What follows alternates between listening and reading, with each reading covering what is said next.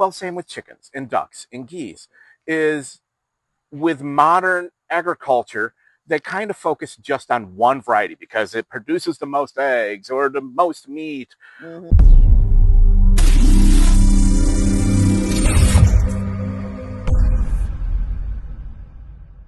Hello, and welcome back to Grumble and Growl. I'm Gail Tosh, your host, as we examine issues from the local to the global perspective so that you can make better choices.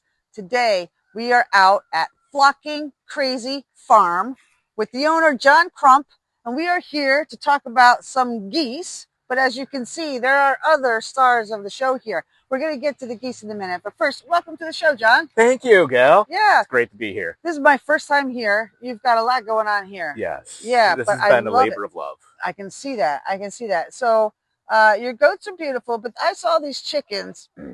We'll get to the chickens in a minute. The little guys, right? Yeah, those little guys. They're white. They look like Dalmatians.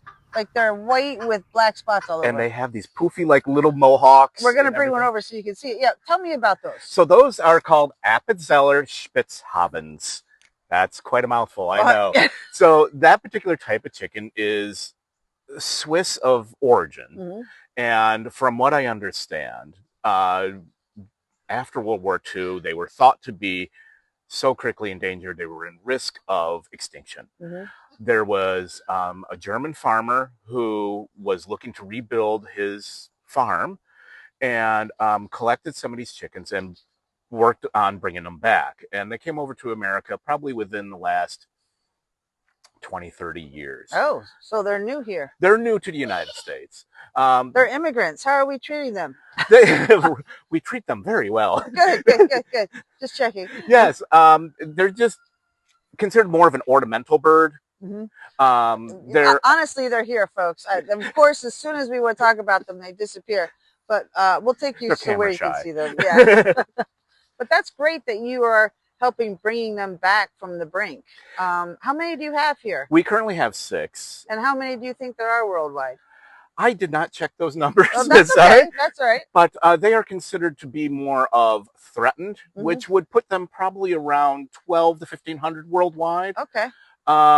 They do have some appeal because they are ornamental chickens. Oh, yeah, they're beautiful. Wait till you see them. Once you see them. I promise. Yeah, they're not a large bird. They do have some really neat blue legs, and they're they just zip around. They're just full of little spunk and personality. So some of the people out there might not know that eggs come in different colors other than white and brown. Everyone's like, oh, I want the brown eggs. All right, now we know the secret. No nutritional difference. Right, no. But can you tell us, are there other colors of eggs? There are. We have a different type of chicken as well called the Americanas, and they do light blue and light green eggs. We also have French Morans, which do a really rich reddish cocoa brown egg. And of course, there's other varieties of colors. There's the olive egg or does green, and we don't have some of those. But yeah, we have some of the olive green ones and the light blue ones. Yep. Anyway, it's always a surprise when someone buys eggs for us. They're like, oh my gosh, what happened? This is how they work. This is how they come out right out of chicken's butt, right? We actually partner up with some elementary schools in the area, and they will hatch some of the eggs. And the children are just so excited on seeing all the different colored eggs. And what we do in the springtime is we let them take some eggs and they will fry them up. So they see, even though they look different, wow, we all look different on the outside, but we're actually just really all the same in the inside. So this is a great little diversity lesson for students, especially the elementary age, and also learn about their food and where it comes from. And not everything is brown and white. Right. There's other colors of the spectrum of the world, and we're all the same. So we can go down 100 different rabbit holes, including talking about the rabbits that he's got. But really, how did you get started here? Why are you doing what you do? What it was kismet more than anything. I had bought this property probably about 7 years ago. I was friends of the family, and I always wanted more land. I grew up in the village of Liverpool. I wanted to have some space to grow and breathe and be myself. So we moved out here to East Syracuse, trying to figure out what to do with the land. Had a little outbuildings and stuff. I'm like, oh, why don't we get a couple chickens? That's how it starts. I just want a couple chickens. Just a couple chickens for a couple eggs. And I don't know if your viewers have ever heard the phrase chicken math. Yeah. Chicken math is you get a couple chickens, you go to the feed store, you go, ooh, look at those. Those are pretty. Or those do a different color egg. Or this does that, or this. And next thing you know, you're We're up. twinsies. We were up to 150 birds Oh, at wow. one point. Yeah. It was just fantastic. So you got to keep your animals safe. Mhm. So we start off with chickens. Oh, chickens are great. We want ducks because we always want to try duck eggs. They're good. And they're delicious. Yeah. And Yep. got to keep them safe. Well, we researched about, there's flock guardians such as dogs, or you can get a barn cat or donkeys or anything, but geese. Geese are great. I never would have thought of that. Flock guardians. Yeah. They will alert to aerial predators where a dog is not concerned about the hawk flying above because they don't see it as a threat. Right. Where a goose will.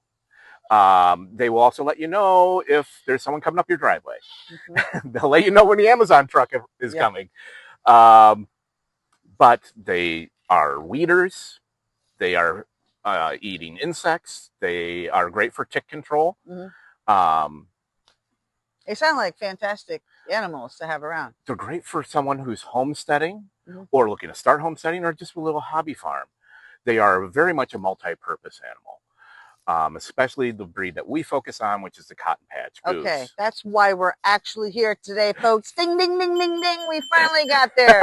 So tell me about the Cotton Patch Goose. Well, the Cotton Patch Goose, we were looking to get a goose as a guardian for the little homestead here. Aww. And so as we were researching, we wanted friendliness. We weren't concerned as much as meat or eggs or other things that geese can offer. So we had learned that the Cotton Patch Goose in particular is very friendly to humans because you don't want them being too friendly. Yeah, that's right. Foxes. But they're actually a rather sweet bird, rather timid. They're considered a small to light-bodied goose. And since we had the opportunity to basically open our home to a goose, let's look at one that needs help. Okay, keep going. So we went with the Cotton Patch in particular because at the time it was considered a critically endangered bird, which means that there was only about 800 to maybe 1,000 left in the world. We have here a flock of Cotton Patch. These are a sexually dimorphic bird.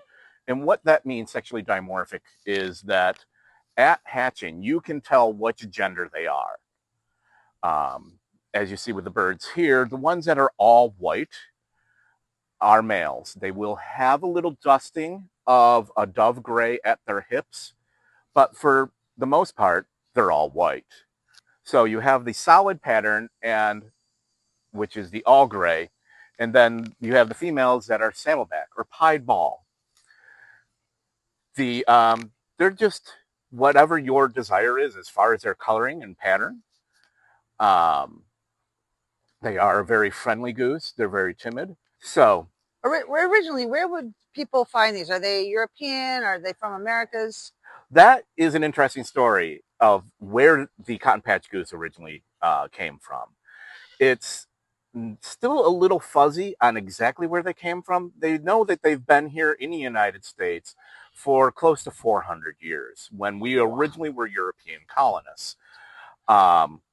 They are descended from the gray lag, which is your domestic goose known throughout most of Europe.